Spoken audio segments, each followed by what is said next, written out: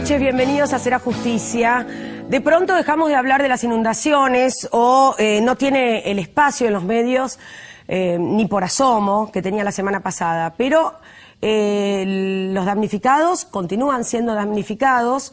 Las obras que no se hicieron continúan sin concretarse y hay de alguna manera una suerte de cuentas que quedan pendientes por parte del Estado provincial, probablemente del Estado municipal, ahora lo vamos a averiguar, y que tal vez vayan o no a pesar a la hora de votar en el mes de octubre. Estamos en tiempos electorales, tal vez de aquí a octubre, ojalá no tengamos otra tragedia similar, sin embargo, estas inundaciones dejan secuelas y también lo que han dejado en claro es que no fue solamente una tragedia de la naturaleza, sino que gran parte de lo que ha pasado se podría haber evitado. Estamos con dos legisladores que lo han denunciado denunciaron que se podría haber evitado esto, que había compromiso de obras, que había contratos firmados para hacer determinadas obras que no se hicieron, que hubo desvío de fondos, y también queremos saber, y por eso le hemos invitado a Raúl Aragón, analista político, cómo repercuten en la figura de Scioli y en los candidatos en general y en las próximas elecciones las inundaciones que tuvimos tremendas en distintas localidades de la provincia de Buenos Aires la semana pasada. Enseguida, después de la pausa.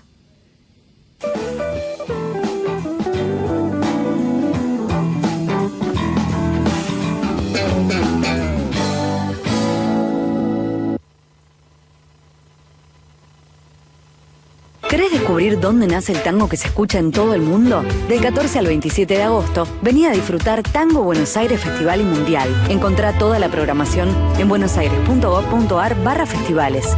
Buenos Aires Ciudad, en todo estás vos. Cambiate Ospose Integral. Gana tu salud, ganas vos. Ospose Integral. Compromiso médico. El Centro Médico Montserrat, por sus servicios médicos de excelencia en diferentes especialidades, obtuvo la distinción del ITAES, el instituto que acredita garantía de calidad médica. Centro Médico Montserrat, un nivel superior en salud. Crecer es brindar oportunidades.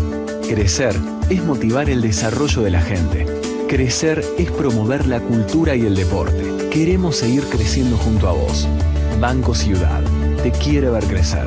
0822-20400. bancociudad.com.ar. La corrupción en la administración pública mata, empobrece, denigra, intoxica, desampara, excluye, contamina y nos afecta a todos. Los argentinos, para volver a creer en la política, necesitamos gobiernos transparentes. Para ello, es imperioso contar con organismos de control con los instrumentos adecuados y el fundamental respeto de las autoridades. Desde APOC, trabajamos todos los días del año para un país justo e igualitario.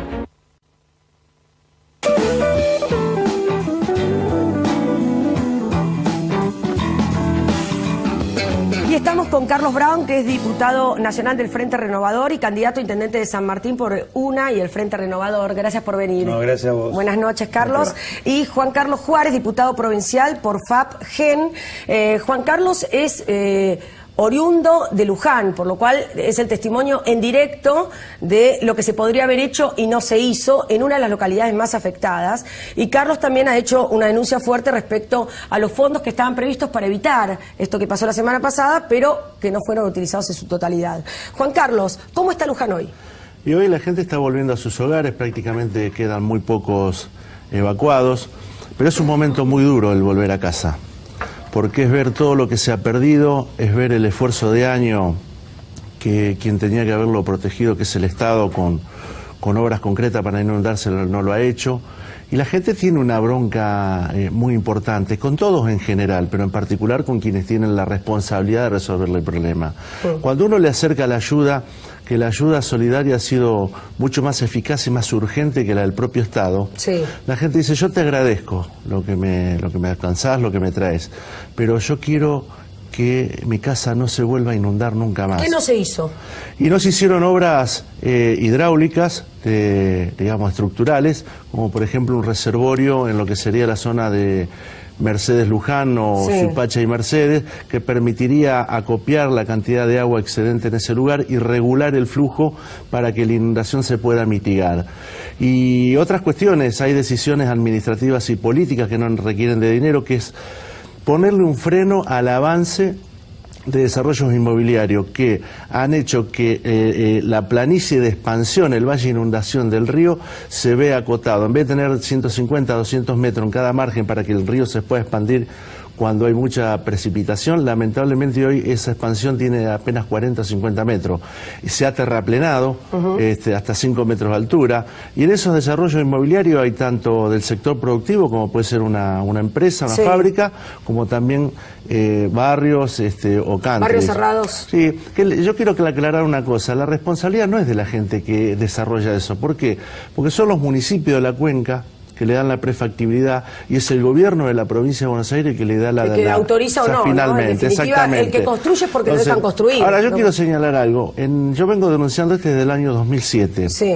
En el año 2013 logramos aprobar una ley de emergencia hídrica que autorizó al gobernador Scioli a hacer un estudio integral de la cuenca, a partir del estudio hacer las obras, lo autorizamos a utilizar fondos propios, a requerir fondos a la nación y a gestionar empréstito nacional e internacional. ¿Cuánto hizo de todo esto? Nada. Carlos, bien.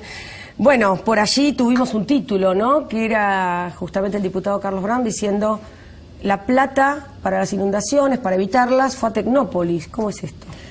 Lo que sucede es que aquí hay un fondo hídrico y hay una cantidad de necesidades vinculadas con diversas cuencas, algunas que tienen previsto de hace muchos años master plan para solucionar el problema, y hay ingresos muy importantes que se generan a partir de un impuesto que se dio en el 2002 sobre las naftas y el GNC. Claro. Y aquí que en cambio de ser utilizados como corresponden, son subutilizados por un lado, son derivados a otros lugares, como es el caso de Tecnópolis. Concretamente en Tecnópolis, ¿qué pasó? Se construyeron 2 stands de 2 universidades nacionales, una de 3 de Febrero y otra de San Martín. Se gastaron 30 millones de pesos. ¿Por qué? No hay ninguna razón, no hay ningún sentido. ¿Qué nos dice el Ministerio de Infraestructura? Que es un monto menor. Pero lo que está indicando, primero, un desvío de fondos, y segundo, está indicando que ellos no le dan valor a nada, no le dan valor a 30 millones de pesos. Pero resulta que han recaudado 16.000 millones de pesos, que es el equivalente en función de dólar tomado año por año, al más de 3.300 millones de dólares. Y el master plan de la Cuenca del Salado, que hoy tiene un 40% de ejecución y que tendría que haberse realizado en 11 años, o sea, ya hace 3 años que tendría que estar terminado, en su totalidad cuesta 1.800 millones de dólares. O sea, han recaudado casi el doble de lo que corresponde, no han hecho nada más que el 40%, no han trabajado la cuenca de Luján, no han trabajado en Arrecife, los problemas que hubo, apenas trabajaron después de más de 90 muertos lo que pasó en la ciudad de La Plata, y así tenemos todo, improvisación, ¿cómo se manejan? Con temas electorales, de la misma manera que derivaron fondos a Tecnópolis, de la misma manera que hicieron, en cambio de manejar el master plan, plantearon el tema de desagües pluviales. La ley le cambiaron uno de los objetos que estaban vinculados con zonas rurales, no por quedar bien con los ruralistas, sino porque ahí está el río, y plantearon estas obras menores. Yo pregunto en Luján, ¿de qué le puede servir un desagüe pluvial si tienen 2 metros de agua en la casa? Lo primero que tenés que resolver es el río, los reservorios que hablaba Juan Pablo, los reservorios que no se han hecho en la cuenca media del Salado, que ya lo decía Meguino hace 130 años atrás, que lo decía la consultora Alcron, que fue la que hizo el trabajo. Estuvimos del 92, que yo consigo como ministro de la Producción, fondos del Banco Mundial, hasta el 97, esta consultora que gana la licitación internacional, haciendo el trabajo. En el 2002 se consiguen los fondos a través de este impuesto. Se tendría que haber terminado el tema de la cuenca del Salado, y tenemos las zonas rurales con pérdidas millonarias. Cada inundación cuesta cerca de 1.000 millones de dólares. Lo veíamos en las imágenes. Y las zonas urbanas de toda esa región afectadas. Entonces lo que hay acá es improvisación, negligencia, desvío. Ni que hablar cuando toquemos el tema vinculado con las represas de Zepernik y Kirchner, donde de repente por una resolución del Ministerio de Infraestructura se tomó al fondo hídrico como un lugar de utilización de esos fondos, y no sabemos si son fondos nuevos que vienen, si son fondos del fondo hídrico o si son fondos del gobierno chino, que no sabemos si llegaron o no llegaron. ¿Cómo es esto? ¿Hay de alguna manera hay desprolijidades con el manejo de los fondos? ¿La ley no dice que tiene que ser muy claro o no hay buenas auditorías para saber exacto cuánto se sacó, cuánto no? En realidad, lamentablemente en la Argentina y en particular en la provincia de Buenos Aires, se nos hace muy difícil poder acceder a esa información. Del Fondo de Infraestructura Hídrica para la provincia de Buenos Aires se ha utilizado solamente el 30%. Lo señalaba recién Carlos Brown muy bien. Más de 3.000 millones de dólares. La provincia de Buenos Aires, en el caso de la cuenca de Luján, lo resolvería con 300 millones de dólares. Y sin embargo no ha hecho esa inversión en todo este tiempo. Y uno a veces, la conclusión que saca es la siguiente: el gobernador de la provincia de Buenos Aires no entiende la magnitud del problema hídrico de la provincia de Buenos Aires. Algo que para nosotros es una fortuna, que es la llanura, también tiene sus complejidades, que significa que los ríos de llanura no tienen, digamos, el escurrimiento que puede tener un río de zona de montaña. Claro. Necesita, para ser sustentable, un tratamiento permanente. En la cuenca de Luján no hay obras estructurales desde el año 88, una obra que comenzó Armendáriz en el 85 y que terminó el gobierno de Antonio Cafiero. Ahora, cuando Scioli llegó de Italia, dijo que esto podría haber sido mucho peor, que no fue tan terrible. No, no es así, por las obras que hicieron. Pero aparte él como gobernador nos tiene que defender. Fíjate lo que sucedió en el mes de diciembre de este año. Se rebajaron las naftas. Todos sabemos. En diciembre de 2014. Se rebajaron, del 2014, perdón. Se rebajaron las naftas. ¿A costa de qué? ¿Sabe qué hicieron? Bajaron el 20% el gravamen del impuesto que nutre al fondo hídrico. Después las naftas volvieron a su lugar o superior a su lugar, pero no se reparó esto. ¿Sabés cuánta plata se ha perdido del fondo hídrico de recaudación de diciembre del 2014 a julio del 2015? 211 millones de pesos. Que hemos dejado de recaudar porque el señor Kicillof decidió bajar la alícuota del 0,5 al 0,4 y quedó bien con las petroleras, recién lo hablábamos acá, quedó bien con las petroleras tomaron un 0,1 y el fondo hídrico se quedó con 211 millones en 6 meses. En el año vamos a perder más de 400 millones de pesos. El problema es lo que se perdió, pero también lo que no se utilizó hasta el momento, ¿no? Porque la bronca que uno dice, bueno, cada vez que cargo nafta quiero que esta plata vaya para evitar los inundados. 16.000 millones se recaudaron y se han utilizado 11.000.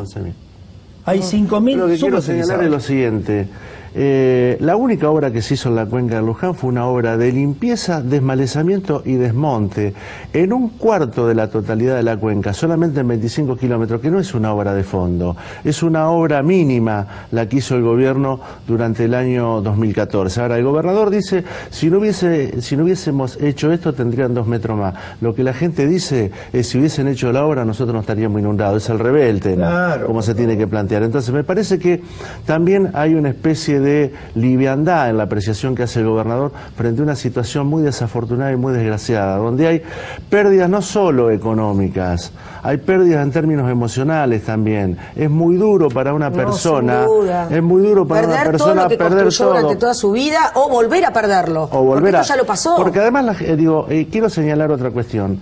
Nosotros somos autores de una ley que se promulgó de hecho hace 2 años, que es una ley para instalar una red hidrométrica en toda la provincia de Buenos Aires. ¿Esto qué significa? Significa tener alertas tempranas. Esa red hidrométrica permite establecer la cantidad de agua que puede llegar a caer, la capacidad de absorción del suelo y además cuánto puede soportar la cuenca. Y eso permitiría que la gente pueda evacuarse anticipadamente, no que se tenga que despertar a las 3 de la mañana con el agua en la cama. Y eso solo requería una inversión de 7 millones de dólares y el gobernador no invirtió un solo centavo en esa red que es tan importante para la provincia. Para finalizar, por lo menos por ahora, porque las inundaciones lamentablemente van a seguir si no se cambian, ¿no? las obras. Lo grave es la cuestión electoral. Mira, sí, eso. El tema ha sido la desviación de los fondos profundos que hacen al Master Plan de la Cuenca del Salado, a la problemática de Luján, a la problemática de La Plata, incluso tuvimos afectaciones en San Martín por otras construcciones que hicieron Tecnópolis, no de los stands, sino del achicamiento del cuenco.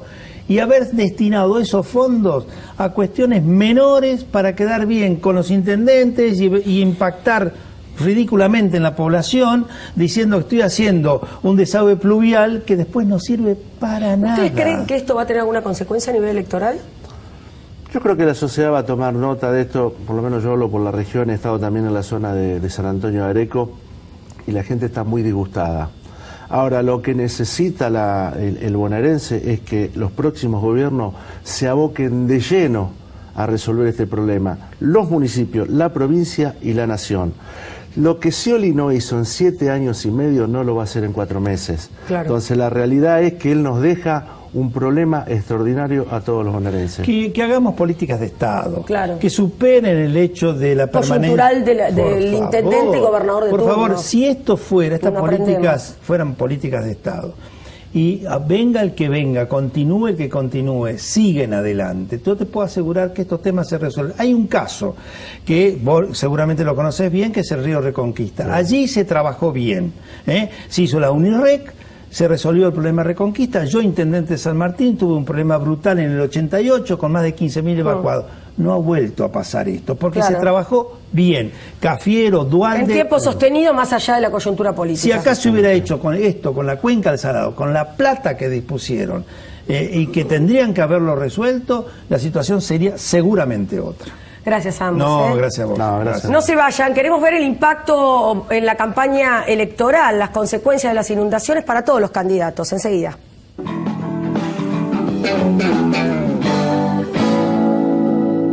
www.serajusticia.net. Todos los programas emitidos por Metro y la información permanente de las principales noticias del escenario jurídico. Con presencia activa en Twitter y Facebook, www.serajusticia.net es la actualización más completa del acontecer judicial del país.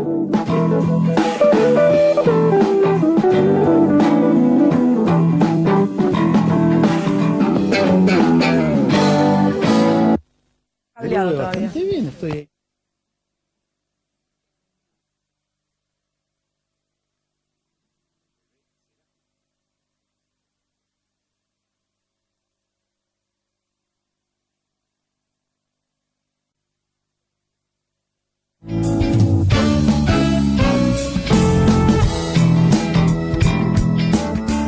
Y aquí estamos con Raúl Aragón, encuestador, analista de opinión pública. Hoy escribió un artículo muy interesante que se llama Lo que el agua se llevó, y entre paréntesis, o no se llevó. Una lectura política, ¿no?, en estos tiempos electorales y con un tiempo tan cortito desde que pasaron las PASO, ¿no? Sí. Es interesante lo que señalás, Raúl. Buenas noches, te saludo. Buenas noches, gracias por la invitación. A vos, gracias por venir. Es interesante lo que señalás que, claro, se votó en las PASO ya con el agua, hasta se desviaron lugares de votación por estar las escuelas tapadas de agua.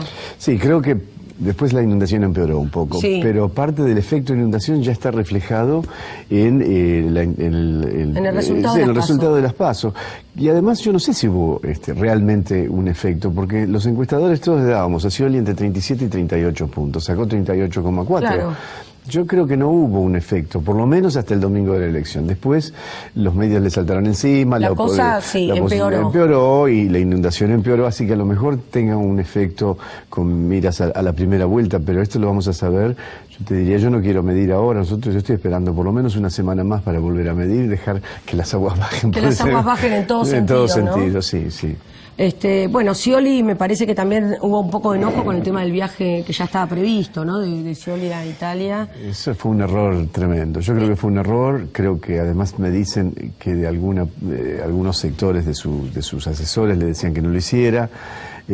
Bueno, yo creo que fue un error, creo que fue un error humano totalmente. Sí, creo porque él mismo lo admitió de esa manera. Muy estresado, se lo veía muy cansado y además con un dolor muy importante en el brazo, entonces uno lo puede entender, digo, desde lo político es un error, desde lo humano yo lo entiendo, me parece que no es para criticarlo tanto, uno puede señalar la falta de obras si es que las hay. Claro.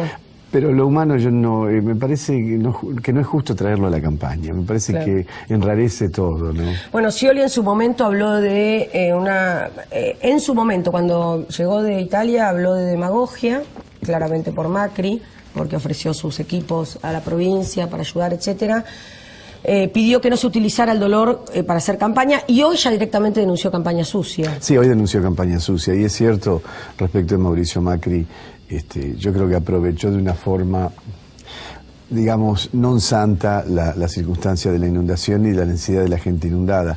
Esa es una mirada, la otra mirada es, bueno, pero fue solidario. Fue solidario y también ofreció. ¿Qué hubiera hecho Scioli en el lugar de Macri? Sí, al revés, ¿cómo hubiera sido? ¿Cómo hubiera sido? Si se inundaba Buenos Aires. La ciudad, estaba Scioli acá, Macri no, y bueno. Bueno, de la Sota también mandó los hospitales móviles, mandó recursos, no sé bien, mandó una variedad de cosas, además es muy complejo atender una inundación. Lo de la Sota también no creo que haya sido demagogia, sino creo que realmente él entiende lo que es una catástrofe provincial. Sí, tuvo los incendios todo el verano prácticamente. Todo el verano en Córdoba, tal cual. Ahora estamos hablando de un mapa político que no sabemos hasta dónde las inundaciones lo van a poder llegar a afectar o no, pero sí sabemos que probablemente estas PASO fueron una prueba de muchas cosas, estas primeras elecciones nacionales, y de pronto, bueno, en octubre se pueda definir todo o no. Sí, creo que si uno mira el resultado electoral hoy y nos basamos en eso, no en estudios, sino en los números reales. Los números reales que son en la verdadera encuesta que fueron las PASO, ¿no? Claro.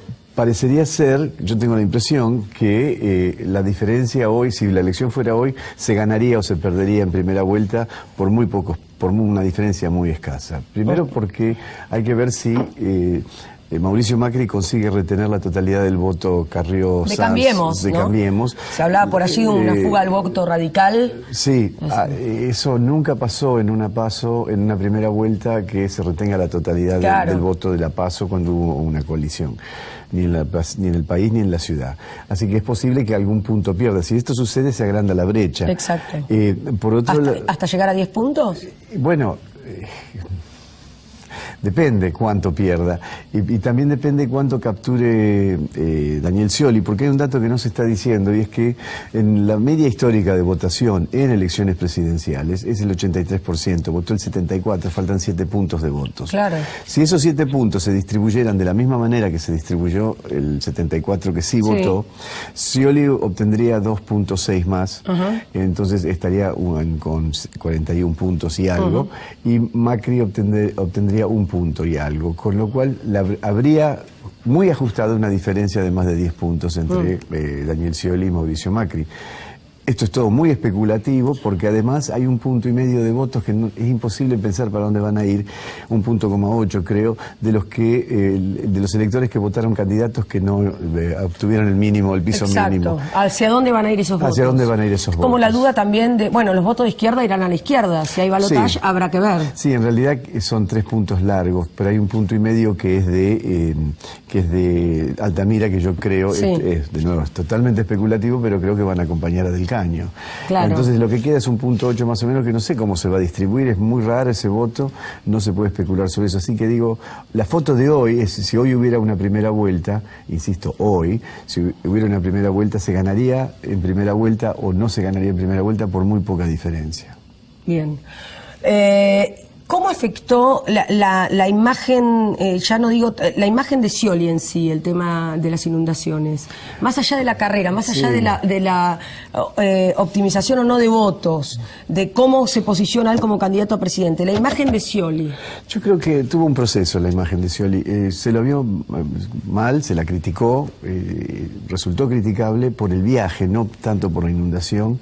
Creo que la forma en que él encaró la explicación y su vuelta y su posicionamiento en los medios después, creo que mejoró bastante. Sí, bueno, él llegó y lo primero que hizo fue ir a Salto, que fue una de las localidades más afectadas. Además dio una explicación humana, dijo, estaba muy estresado y me dolía mucho el brazo. Y eso se salió de la explicación política, fue la explicación humana que no es cuestionable. Creo que se mostró humano, creo que eso le generó, entre comillas, cierto perdón entre los que lo... ¿Y cómo capitalizaron esto los otros, los que se pusieron las botas? Bueno. María Eugenia Vidal, Vidal, bueno, y los otros candidatos. Sí, bueno, hicieron lo que el reflejo natural que tenían que hacer. Felipe Solá, que bueno, de paso hoy denunció también el tema de los votos. De los votos, sí. Robo de votos.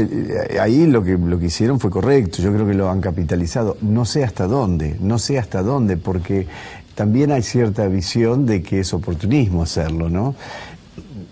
Son aguas difíciles para moverse, ¿no? Sí, son terrenos fangosos, porque difícil. Si no lo haces, no te importa. Y si lo haces, sos un oportunista y haces demagogia. Entonces, sí.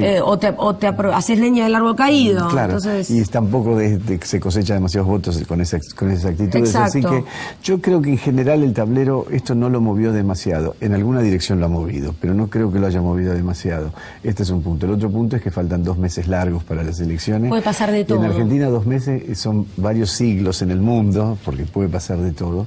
Y el dato más curioso para mí de cómo quedó la elección, cómo quedó el panorama electoral, es que si hubiera un balotaje entre Macri y Scioli, el voto Massa se divide y va un poquito más hacia Scioli que hacia Macri, esto lo tenemos medido. Ahora, si el balotaje fuera entre Scioli y Massa, todo el voto pro, todo el voto Cambiemos, se va con Massa, con lo cual, porque es un voto totalmente antioficialista, claro, no puede votar nunca Scioli ese voto. Claro. Con lo cual, Massa quedaría, aparentemente, el que salió tercero está mejor quedaría más posicionado en un balotaje que el que salió segundo. Macri. Wow, qué dato interesante, raro eso, ¿no? Muy raro. Gracias, Raúl. No, te agradezco gracias, mucho. Nos vamos a volver a ver. Gracias a ustedes por haber estado esta noche con nosotros aquí en Será Justicia. Nos vemos el próximo martes a las 10. Chau.